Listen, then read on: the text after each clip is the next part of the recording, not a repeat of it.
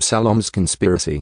Now it came about after this that Absalom provided for himself a chariot and horses, and 50 men to run ahead of him. And Absalom used to rise early and stand beside the road to the gate. And when any man who had a lawsuit was to come before the king for judgment, Absalom would call out to him and say, "From what city are you?" And he would say, "Your servant is from one of the tribes of Israel." Then Absalom would say to him, "See, your claims are good and right, but you have no one to listen to on the part of the king." Moreover, Absalom would say, "Oh, that someone would appoint me judge in the land, then every man who has a lawsuit or claim could come to me, and I would give him justice." And whenever a man approached to prostrate himself before him, he would put out his hand and take hold of him and kiss him.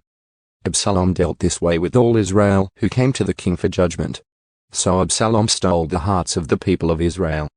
Now it came about at the end of 4 years that Absalom said to the king, "Please let me go and pay my vow which I have made to the Lord, in Hebron.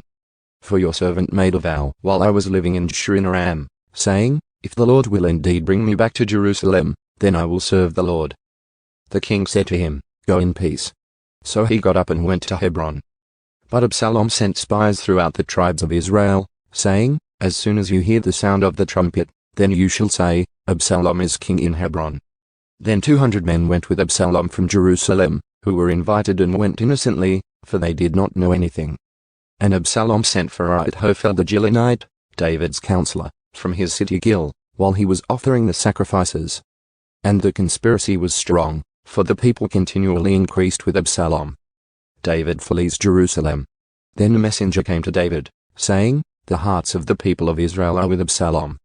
So David said to all his servants who were with him in Jerusalem, "Arise and let's flee, for otherwise none of us will escape from Absalom. Go quickly, or he will hurry and overtake us, and bring disaster on us and strike the city with the edge of the sword." Then the king's servants said to the king, "Behold, your servants will do whatever my lord the king chooses." So the king left, and all his household with him. But the king left 10 concubines behind to take care of the house. The king left, and all the people with him, and they stopped at the last house. Now all of his servants passed by beside him, and all the Cherethites, all the Pelatites, and all the Gittites, 600 men who had come with him from Gath, passed by before the king. Then the king said to Ittai the Gittite, "Why should you go with us too? Return and stay with your king, since you are a foreigner and in exile as well. Return to your own place. You came only yesterday, so should I make you wander with us today, while I go wherever I go? Return and take your brothers back. Mercy and truth be with you."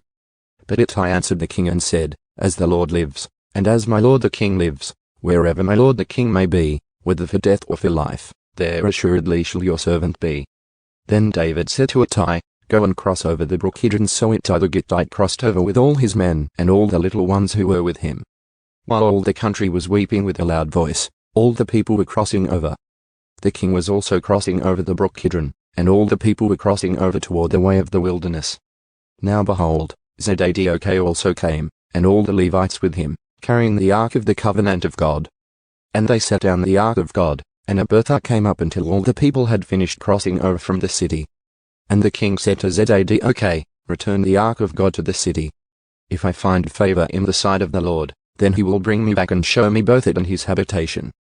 But if he says this, I have no delight in you, then here I am, let him do to me as seems good to him."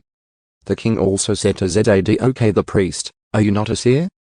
Return to the city in peace, and your 2 sons with you, your son Ahimaaz and Jonathan the son of Abiathar. See, I am going to wait at the river crossing places of the wilderness until word comes from you to inform me." So Zadok and Abiathar returned the ark of God to Jerusalem and remained there.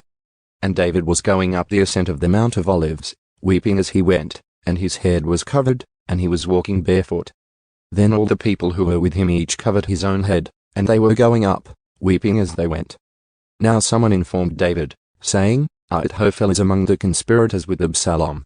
And David said, "Lord, please make the advice of Ahithophel foolish."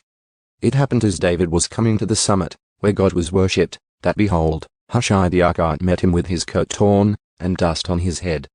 And David said to him, "If you go over with me, then you will become a burden to me. But if you return to the city and say to Absalom, I will be your servant, O king. Even as I was your father's servant in time past, so now I will also be your servant, then you can foil the advice of Ahithophel for me." Are Zadok and Abiathar the priests not with you there? So it shall be that whatever you hear from the king's house, you shall report to Zadok and Abiathar the priests. Behold, their 2 sons are there with them, Ahimaaz, Zadok's son, and Jonathan, Abiathar's son, and by them you shall send me everything that you hear. So Hushai, David's friend, came into the city, and Absalom came into Jerusalem.